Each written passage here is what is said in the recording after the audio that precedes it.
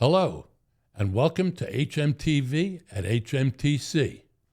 I'm your host, Eric Spinner, and I am here live with my cousin Paul at the studio to discuss Mickey Marcus and on our topic, our overall topic of World War II and beyond. We're going to bring you into a little bit of history today as we discuss somebody we have in common as our first cousin, in my case, once removed, and in Paul's, I'm not sure exactly where, I believe also the same. Once removed. That's great. Well, Paul, I'm happy to welcome you to HMTV. Thank you very much, Eric. Mickey Marcus's family was from Romania. His father was Mordechai, his mother was Leah. They were born, raised, married, and started a family in Romania. Romania was like the other countries in Europe. Things could be good one day and the next day run for your life. So they had heard stories about that new country on the other side of the ocean, the United States. And they sat and they discussed it, the good and the bad. The bad was, of course, they would never see their family, their mothers, fathers, brothers, if they left. It was a one-way trip. On the other side, the good part was that America offered many, many opportunities. And at the end of the 19th, going into the 20th century, Mordechai and Leah decided it was time to leave Romania, and they came to New York by way of boat. In 1902, they were blessed. They had another son, David Daniel, who later on became Mickey. They lived on the Lower East Side, and my mother was also living in the same block. She was born 1901. And my mother and David grew up together as childhood friends, and my mother stayed his oldest friend until, unfortunately, 1948 with his death. Mordechai got a job with a pushcart. He was selling fruits and vegetables. And from what I've read, he was quite successful at that. And after several years, he managed to get a stall in the market in East New York. The family got a nice apartment there, and they prospered. His older brother, Michael, was a very, very strong person. I've seen pictures of him. He looked like a football player. And he gave himself the job of protecting the Jewish residents of that area. Even though it was a very, very prominent Jewish area, there were gangs of Italian and Irish youths who would pick on them, demand sometimes some protection money, other times not being that bad, but they would block the sidewalks and make the Jews walk in the gutter, of course, making fun of their garments that they wore. And Mickey was in complete awe of his older brother, who could get into fights, but his parents never disciplined him. And Mickey followed his older brother around and got the nickname Little Michael, Little Mickey. And that was the name he became more well-known than his given name. Yeah, I remember that everybody always referred to him as Mickey. We never heard the name David. Then Mickey went to school, first elementary, of course, was an excellent student, and then he went to Boys High. When he entered Boys High, it was like someone flipped on a light switch. As smart as he was in elementary school, he blossomed in Boys High. In every class, every teacher loved him. Not only as being academic, but athletic. He majored in 4 sports: baseball, football, basketball, and track. And he was the top student when he graduated from Boys High. Now, the teachers, this was going to be their last opportunity to be with their students. And they called them in one at a time. What are you going to do with your life now? Are you going to go maybe to a college? Do you have a relative who has a business that you might join? What are you doing? And when they called Mickey in, they said, what are you going to do? He says, well, I would love to go to college. However, my father had died. Michael had dropped out of school, his older brother, to run the family business. So I'm going to have to look around, see if there's something that interests me, get myself a job. If it's not the job for me, I'll try another job. Well, the teachers heard this mournful cry for learning, and they got together and they held a conference. They did not want to see him get into something that really wasn't going to be him. So they came up with an idea and asked him to please come back. They wanted to talk to him. He came back, and this is a synopsis of what they told him. How would you like a free Class A #1 education? Of course.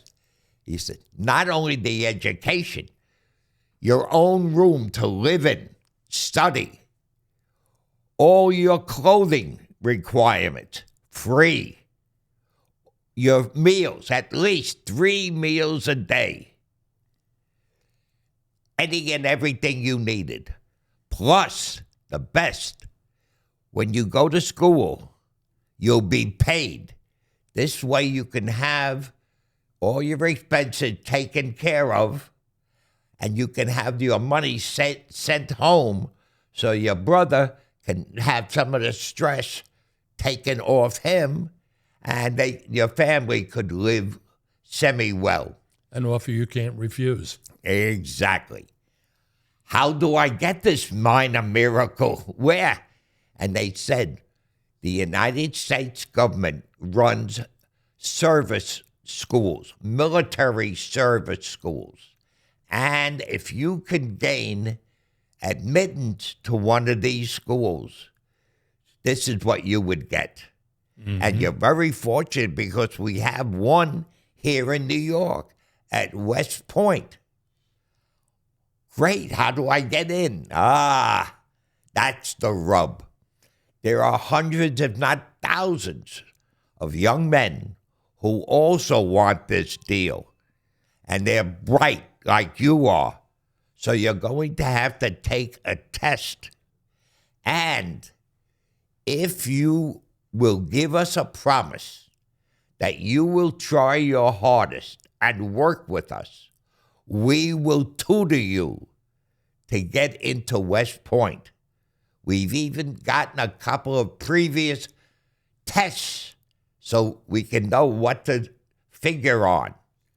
Well, the teachers gave up their days off, their sick days, their vacation days, and in 1921, David Daniel Marcus gained admission to West Point. What a phenomenal story. If only the education system today were as good as then.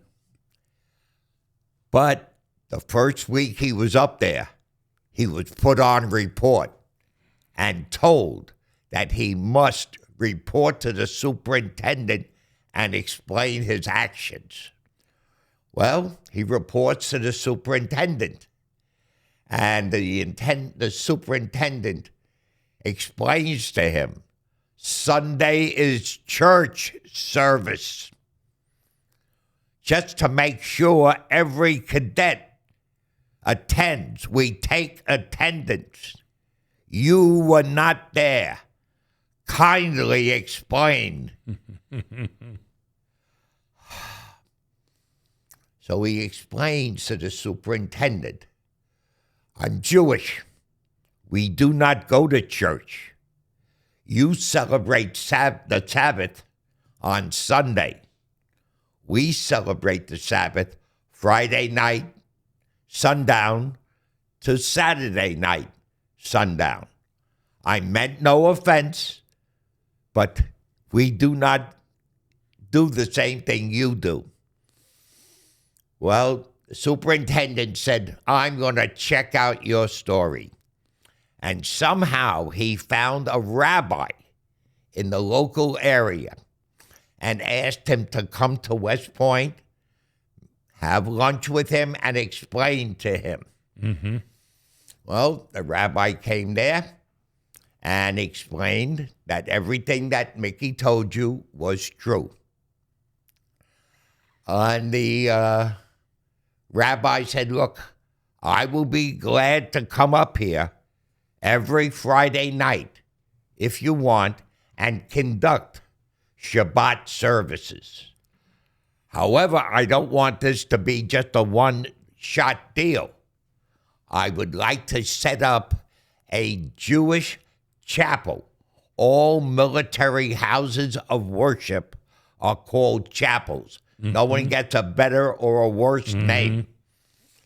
So the superintendent says, well, I have an unused part of the chemistry building.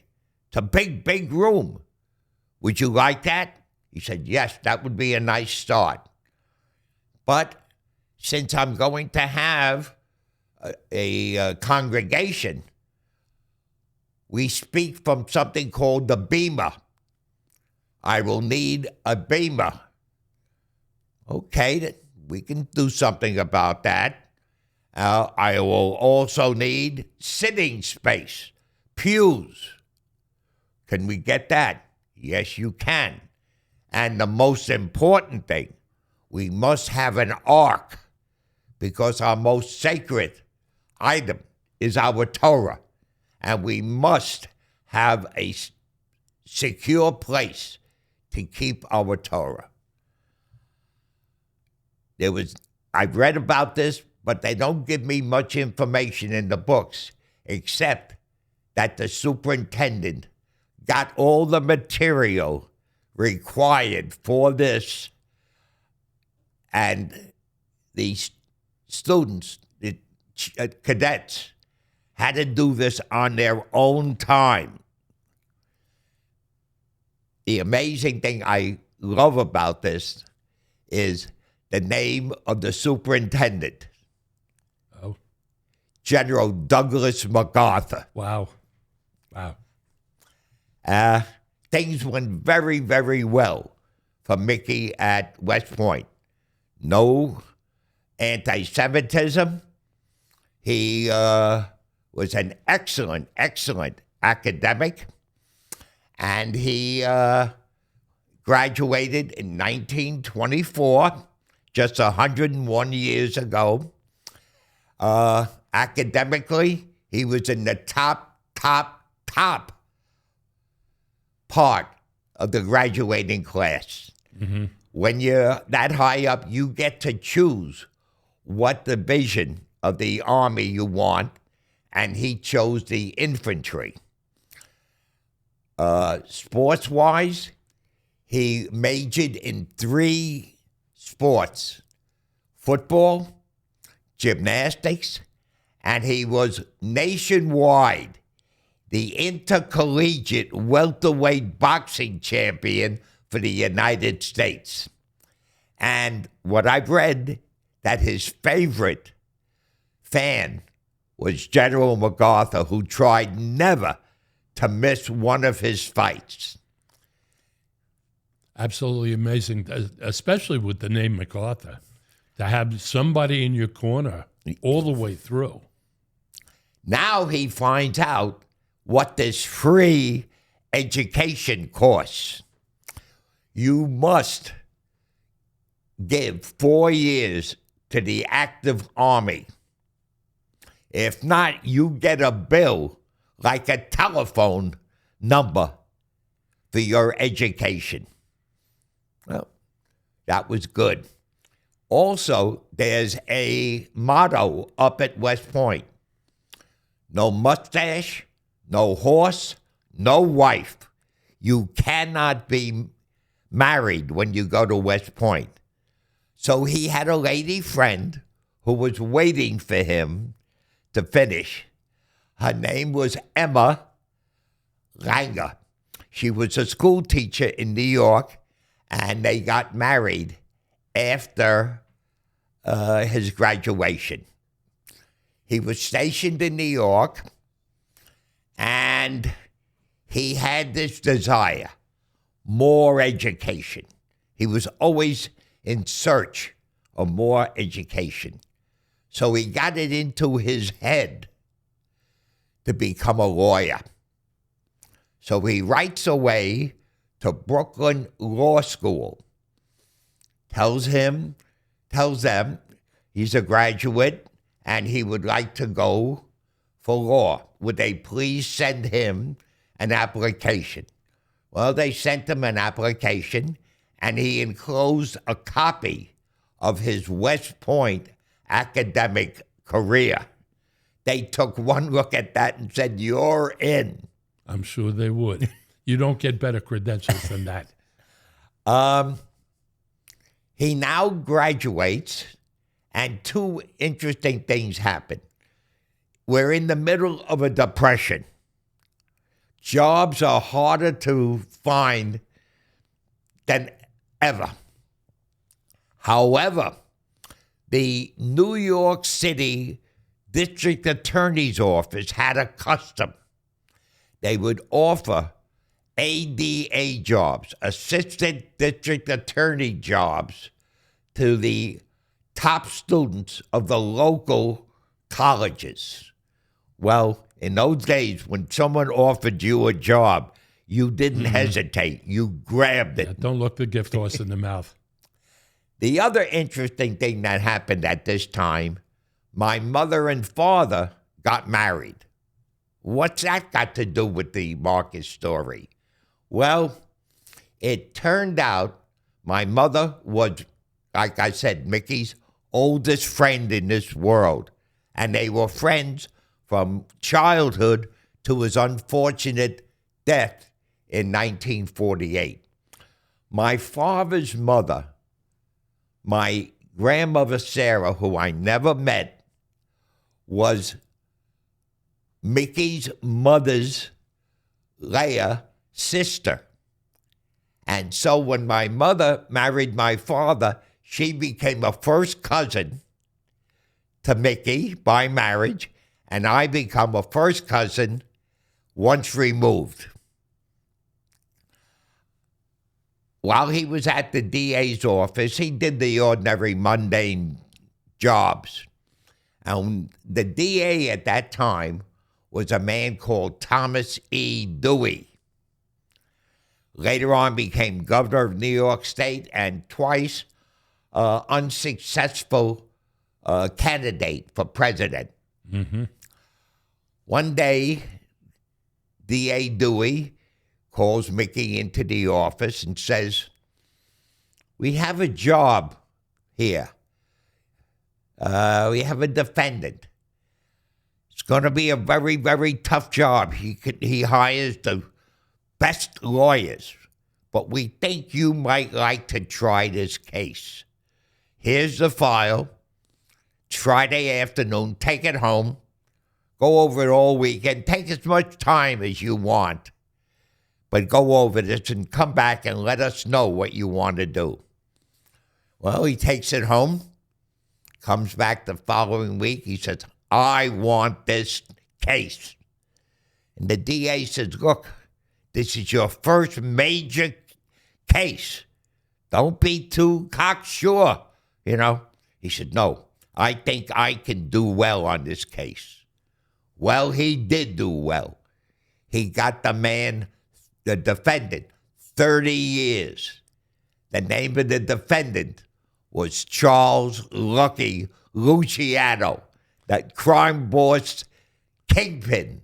Right, the biggest bust in New York City. Yeah. Then he got a reputation for tough cases, and New York had a big political scandal. The mayor of New York was a man named Jimmy Walker. In Jimmy Walker's administration, everything was for sale. If you were a patrolman and you wanted to be a sergeant, you made a donation to Tammany Hall. You made a donation to Mayor Walker's retirement fund. You were a fireman. You wanted to become a lieutenant. Same thing. Mm-hmm. Money to Tammany, money to Walker. New York City pay to play. Well, the governor of New York State wanted more politics in his resume. So he talked to his political advisors, and he said, I want to run for a higher office. Mm-hmm. They said, you can't.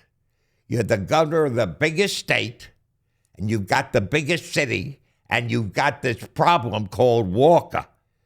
You've got to take care of Walker before you can do anything else. So there was a judge called Samuel Seabury. He was deemed the most honest judge in the United States, and they had an investigation. Now, these investigations are normally silent. No one knows about them. They're held in secret. Walker found out, and he took off for Europe with his lady friend, Betty Comden. He left his wife here, of course, and he stayed away. Well, there was no mayor or assistant mayor. Walker didn't tell him he went to jail. So the Democrats and Republicans got together and created a fusion party.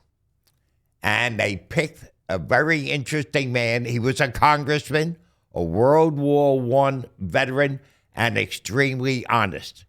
His name was Fiorello LaGuardia. And with both parties supporting him, there was no question he was elected. Okay, I'm going to interrupt you, Paul. This is fascinating. This brings us up just short of World War II. We are now in the between the war era, and apparently Mickey is moving up. He's moving ahead, and there's a lot more to be heard from him. So with this being said, I think we want to pretty much call it a stop for today. We're going to return with part 2 of this discussion, and we'll bring everybody into World War II, what Mickey did in World War II, and then we'll bring them to what he did for the state of Israel and its establishment. So at this point, all I can say is I am so happy that we have been reunited after all these years. I don't remember seeing you before about, I guess it was about a year and a half ago when you did the JCC presentation in Plainview. Yes. And since then, it's been nothing but fascination. And, well, we're moving along very nicely. This is the end of part 1. My name is Eric Spinner. I am here with my cousin Paul, and we are going to return on another episode to pick up our story on HMTV at HMTC. It is so great to be with you. We hope you're all going to stay tuned and come back for the next episode, because there is so much more to learn, and it is time to stand up and do what's right.